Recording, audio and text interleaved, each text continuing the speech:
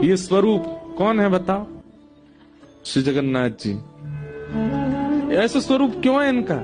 इनके हाथ कहां हैं? इनके चरण कहां हैं? इनका मुखमंडल कहां है? जिन ठाकुर जी का बरहा पीड़म नटवर वपुः कर्णयो कर्णकारम, इतना सुंदर वर्णन किया गया है रूप का, वो जगन्नाथपुरी में जाके देखो आप। हाथ नहीं है, पांव नहीं है, कान नहीं है, मुखमंडल नहीं है, गाल नहीं है। क्यों?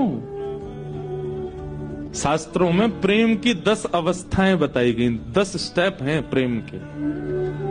हम आप सब लोग तो उस अवस्था, वो सीढ़ियों से बहुत दूर हैं। प्रेम प्रेम प्रेम की छिटकार भी नहीं है हमारे ऊपर।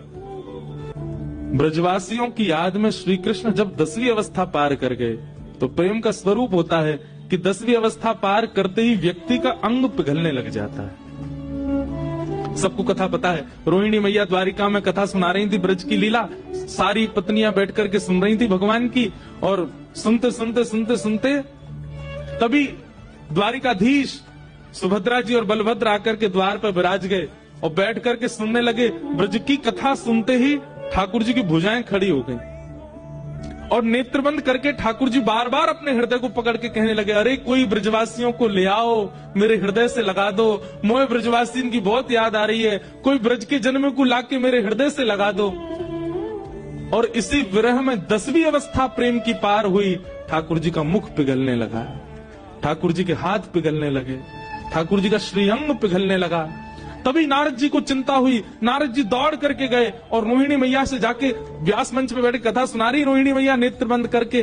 तभी कहा, मैया अभी कथा विश्राम करो, नहीं तो ठाकुर जी नदी बहन करके बहने लग जाएंगे। रोहिणी मैया ने कथा विश्राम करी और उस समय ठाकुर जी का बहुत करीब करीब 70% जो श्री अंग था वो पिघल चुका था। और वहीं कथा विश्राम हो गई तो वहीं रूप ऐसे ही रह गया ठाकुर जी का। नारद जी ने जाकर के प्रणाम किया, बोले भगवान अब कैसे सृष्टि का आगे संचार होगा, आप तो ऐसे बन गए। ठाकुर जी बोले, नारद पूरे विश्व को पता चलना चाहिए कि मैं ब्रज से कितना प्रेम करता हूं, इसलिए मेरा यही स्वरूप उड़ीसा के श्री जगन्नाथ मंदिर में विराजमान होगा और कलयुग का प्रधान देव मुझे ही माना जाएगा, ताकि पूरे विश्व को मैं बता सकूं।